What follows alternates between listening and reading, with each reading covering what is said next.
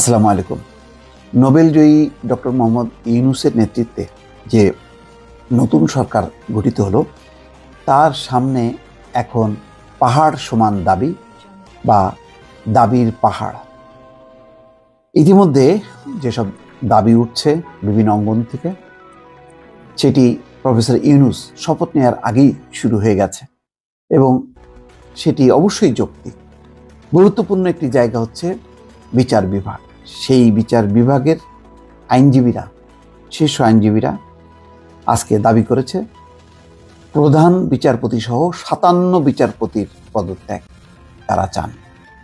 তার মানে বুঝতে পারছেন, প্রধান বিচারপতি থাকতে পারবে না।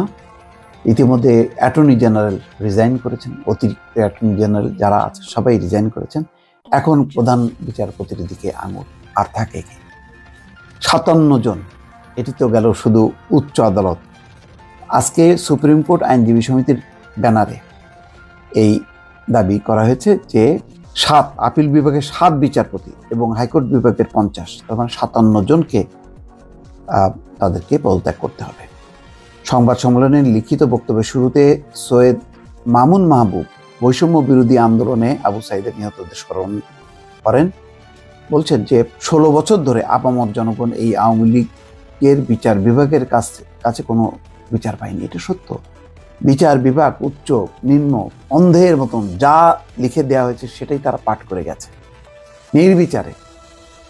যেই নিম্ন আদালত খালেদা জিয়াকে ৩ বছর সাজা দিল, সেটি যখন কি আপিল করা হলো, উচ্চ আদালতে আসলো, সেটা বেড়ে হয়ে গেল ১০ বছর। কে কত বেশি আওয়ামী লীগ তার একটা প্রতিযোগিতা, এবং বিচারপতি বেছে বেছে এমন জনকে করা হয়েছে যারা প্রত্যক্ষভাবে ছাত্রলীগ, যুবলীগ বা আওয়ামী লীগ করা হয়েছে। এখন এই দলীয় লোকদের তারা তালিকা করেছে, তালিকা করে বলছে যে তাদেরকে অবশ্যই পদত্যাগ করতে হবে। এখানে বলা হচ্ছে সাবেক প্রধান বিচারপতি ABM খায়রুল হক, মোহাম্মদ মোজাম্মেল হোসেন, সুরেন্দ্র কুমার সিনহা, সৈয়দ মাহবুব হোসেন, হাসান ফয়েজ সিদ্দিকের নাম উল্লেখ করে সৈয়দ মামুন বলেন, এই সমস্ত সংবিধান লঙ্ঘনকারী প্রধান বিচারপতিদের অবিলম্বে গ্রেপ্তার করে আদালতে বিচার করতে হবে। অর্থাৎ SK সিনহাও কিন্তু বাদ পড়ছেন না। আচ্ছা, এই সময় তিনি রাজপথে আন্দোলন করে যে কি কোর্টের রায় পরিবর্তন করা যায়, প্রধান বিচারপতি ওবায়দুল হাসানের এই উক্তির কঠোর সমালোচনা করেন।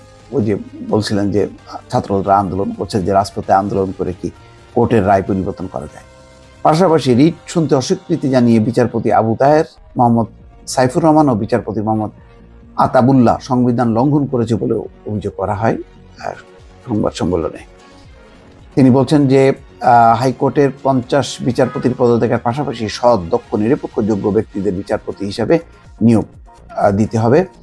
এই প্রসঙ্গে আইনমন্ত্রী অ্যাডভোকেট আনিসুল হক, সাবেক আইনমন্ত্রী ব্যারিস্টার শফিক আহমেদ, ব্যারিস্টার শেখ ফজলে নূর তাপস, সদ্য পদত্যাগকারী attorney general AM Amin Uddin, supreme court বারের সভাপতি মমতাজ উদ্দিন ফকির, দুদকের আইনজীবী খুরশিদ আলম খান সহ ১২ আইনজীবীকে সামাজিকভাবে বয়কট ও অসহযোগিতার আহ্বান জানান। তার মানে এখন বিচার অঙ্গনেও এখন ঝড় ঝাপটা শুরু হলো। সেখানেও যে সমস্ত যারা গত ১৫ বছরের শাসনকে টিকিয়ে রাখতে এবং প্রলম্বিত করতে সহযোগিতা করছে, সেই সব বিচারপতিদের বিরুদ্ধে এখন আন্দোলন শুরু হয়েছে উচ্চ আদালতে। নিম্ন আদালতের অনেক বিচারপতি আছে, ম্যাজিস্ট্রেট আছে, যারা একেবারে দলের মতন করে কাজ করেছে। অর্থাৎ কোনো তারা মানে কারোর কোনো মানে আসামিদের যে সমস্ত ভিকটিম, যে রাজনৈতিক কর্মী, কারোর কোনো বক্তব্য শুনতেন না। যেভাবে পুলিশ রিমান্ড দাবি করত 7 দিন চাইলে 5 দিন, এগুলি সব নির্ধারিত থাকতো, সেভাবে কাজ করেছে। এখন এই অঙ্গনটাকে সত্যিকার অর্থে মানে আওয়ামী লীগের বদলে BNP করা হবে, নাকি এটার একটা সংস্কারের মধ্য দিয়ে প্রকৃত যারা বিচারপতি, আইন অঙ্গনের মানুষ, তারা বিচারপতি হিসাবে সামনে আসবে, সেটি এখন নতুন সরকারের জন্য একটি কঠিন চ্যালেঞ্জ। দর্শক ভালো থাকবেন, আল্লাহ হাফেজ।